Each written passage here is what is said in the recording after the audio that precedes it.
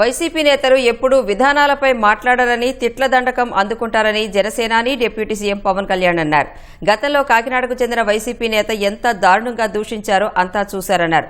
11 సీట్లు వచ్చిన తర్వాత కూడా వైసీపీ నేతలు ఏమాత్రం తగ్గకుండా మాట్లాడుతున్నారని పవన్ అన్నారు.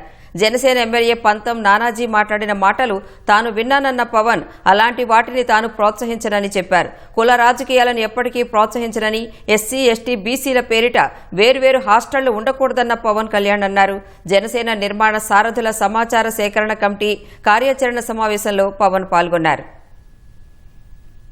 అందుకు కులాల ఐక్యత మాట్లాడుతున్నప్పుడు చాలా మంది వైసీపీ నాయకులు నేను కులాల గురించి మాట్లాడతానంటే బాబు ఈ కులాలు నేను ప్రారంభించాను చెప్పండి.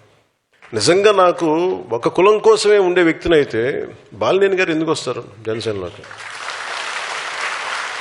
అంటే ఏముంటుంది ఆయన ఏం చూసి ఉండాలి ఆయనలో? ఈ వ్యక్తి అందరి కోసం పనిచేస్తాడు. ఆ నమ్మకం లేకపోతే ఎందుకు వస్తారు? వైసీపీ పార్టీ కూడా నాకు వ్యక్తిగతంగా నాకు వాళ్ళు ఎవరితో శత్రుత్వం లేదు. నాకు వాళ్ళు ఎవరితో నాకు కోపాలు ఉండవు వాళ్ళ మీద. కాకపోతే ఏముంటుందో వాళ్ళ విధి విధానాల మీద నాకు విసుకుంటాం.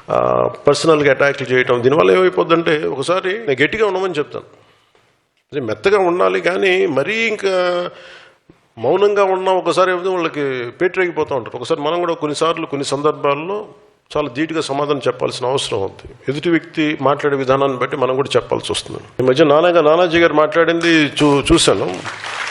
అంటే అలాంటిది అంటే అందరూ ఆయన అంటారు మీరు ఎక్కువ మాట్లాడేశారు మాట్లాడుతూ ఉంటే నేను మీరు ఎంత మాట్లాడారు మీకు చెప్పాలి, వీడియోస్ పంపించాలి మీకు. నేను నానాజీ గారు మాట్లాడితే కూర్చోబెట్టి మేము ఎంకరేజ్ చేసాం. కానీ మీరు ఎన్ని మాటలు మాట్లాడారు? ఆయన ప్రాంతంలోనే ఉండే ఒక వైసీపీ ఎమ్మెల్యే ఏం మాట్లాడారు? మేము మర్చిపోయాం అనుకుంటున్నావా?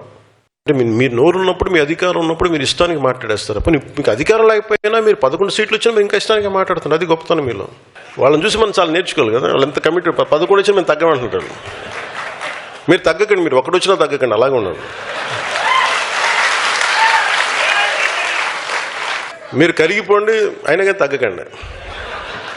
గౌరవ ముఖ్యమంత్రి చంద్రబాబు గారి మిస్సెస్ గురించి మాట్లాడేసి ఇష్టారాజ్యంగా మాట్లాడి అసలు మేమేం మాట్లాడదు. మీరు ఇప్పుడు సడన్గా కూర్చోబెట్టి మీరు మహానుభావుల్లో అయిపోయాం మేమందరం ఇష్టానికి తిట్టేసి ఒక 10-12 సంవత్సరాలు సడన్గా మీకు రియలైజేషన్ వచ్చింది ఈ రోజున మీకు. సో మీరు తిట్టకపోతే ఖచ్చితంగా మేము బలపడతాం, సంతోషం. లేదు మీరు తిడతానంటే కూడా మేము తిట్టి మేము బలపడతాం. ఏదైనా మేము బలపడటం గ్యారంటీ. Choice is yours.